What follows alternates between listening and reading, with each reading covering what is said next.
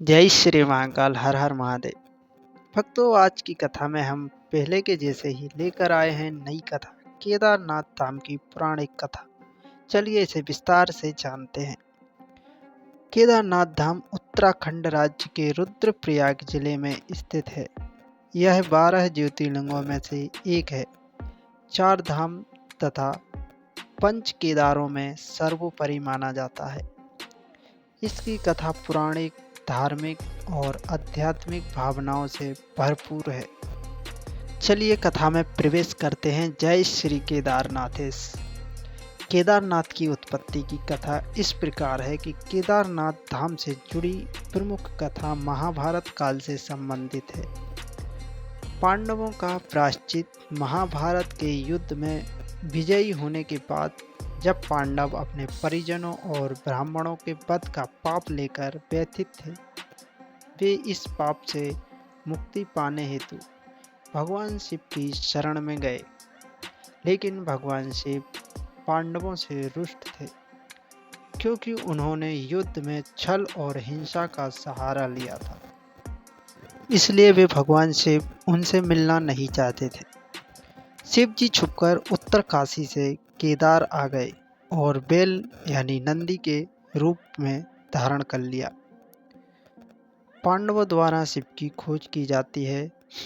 पांडवों ने शिव को खोजते हुए केदार की ओर यात्रा की। अंततः भीम ने एक विशाल आकार धारण कर 2 पर्वतों के बीच खड़े होकर नीचे से गुजरने वाले हर जीव को पकड़ना शुरू कर दिया।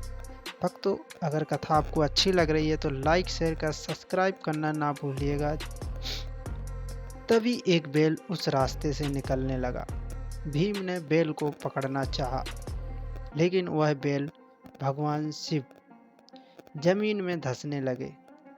भीम ने उसकी पूंछ और कुबड़ दोनों को पकड़ लिया। भगवान शिव ने पांडवों की भक्ति से प्रसन्न होकर उन्हें दर्शन दिए और उन्हें पाप से मुक्त कर दिया। भक्तों, केदारनाथ ज्योतिर्लिंग की स्थापना कैसे हुई?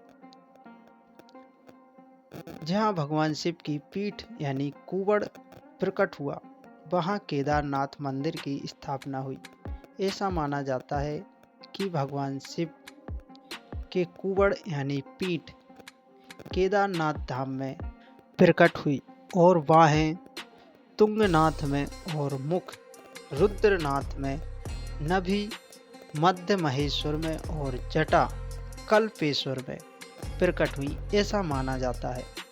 भक्तों, ये 5 स्थल मिलकर पंच केदार कहलाते हैं, जिसका दर्शन आप सभी को जरूर आकर करना चाहिए, जिससे जन्मों जन्मों के पापों से मुक्ति भी मिलती है और अनन्य शक्ति भी मिलती है।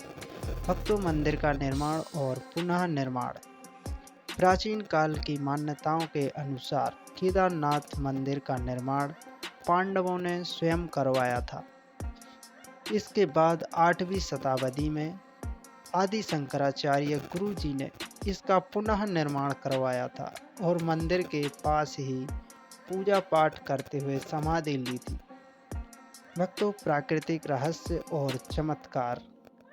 केदारनाथ मंदिर समुद्र तल से 11,755 फीट की ऊंचाई पर स्थित है।